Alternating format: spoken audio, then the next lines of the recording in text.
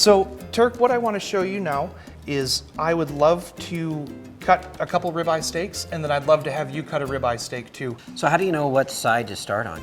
It really depends on what hand you use the most. I have some of my cooks that start over here just because it's more comfortable for them with their left hand.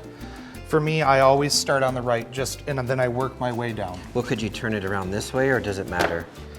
I really enjoy cutting it this way with the nose facing it towards me, so I can get a very nice even cut all the way down. Whereas if I cut it from the back side here, my knife is gonna move a little bit as I'm getting through the fat. Got it. Now I noticed that you have a different knife. I do. I had my boning knife here, which is exceptionally sharp, and that's really good for getting right underneath that fat, not taking off too much meat. So this is one of my slicing knives. It does have a little bit of grooves here, so it cuts more easily through the meat. However, if this does get dull, it does get very, very dangerous because this knife can actually jump a little bit. So now I'm gonna cut the ribeye steaks. You can cut these as thick as you would like to, but generally, the rule of thumb is if you cut it about the width of your blade, that's gonna be a very adequate portion for anybody, really. If you don't have a slicing knife like this, I would recommend just using your sharpest knife that you have in your kitchen, but not serrated. So I'm gonna take this and I wanna hold a good grip on the meat, and I wanna just kind of square this off just slightly with one smooth stroke, and that's a perfect little sample there. Now what do you do with this one? We cook that up for you. I'm ready. All right, we'll cook some It's looking eggs. pretty good. Excellent. So now I've got a nice flat face where instead of it being a little bit rounded, just so it's gonna sit nicer on your grill here. So, and I start down here with downward. So is there a right or wrong way of holding a knife, Andy? You always wanna keep your fingers behind the guard if there is one on your knife. And I see a lot of people pushing down like that with their finger.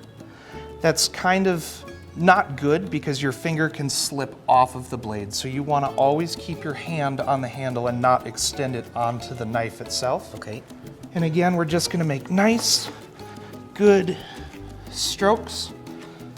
Again, the sharp knife, and we just get a beautiful, probably 16 and a half, 17 ounce ribeye steak. We don't have too much of the fat cap, which is why we trimmed it so well. We don't have any of that connective tissue or silver skin up here. Very, very nice marbling throughout the steak, and this would just grill up perfectly as a ribeye. You know, probably 7 minutes per side, salt and pepper, and you're gonna have a pretty nice medium rare to medium. I just keep it simple with seasoning on the steaks. I don't. And at what temperature? So I cook for medium rare, it'd probably be about 143, 144, right in there. And then of course, once you pull it off of the grill, you're gonna wanna let this steak rest. So go ahead with kind of a downward motion, and we're gonna cut the top part here. It's gonna be a little bit difficult on your first because you're getting through that fat cap on the back. Okay. So go ahead with kind of a downward motion. So do I do small saws or big saws, or does it matter?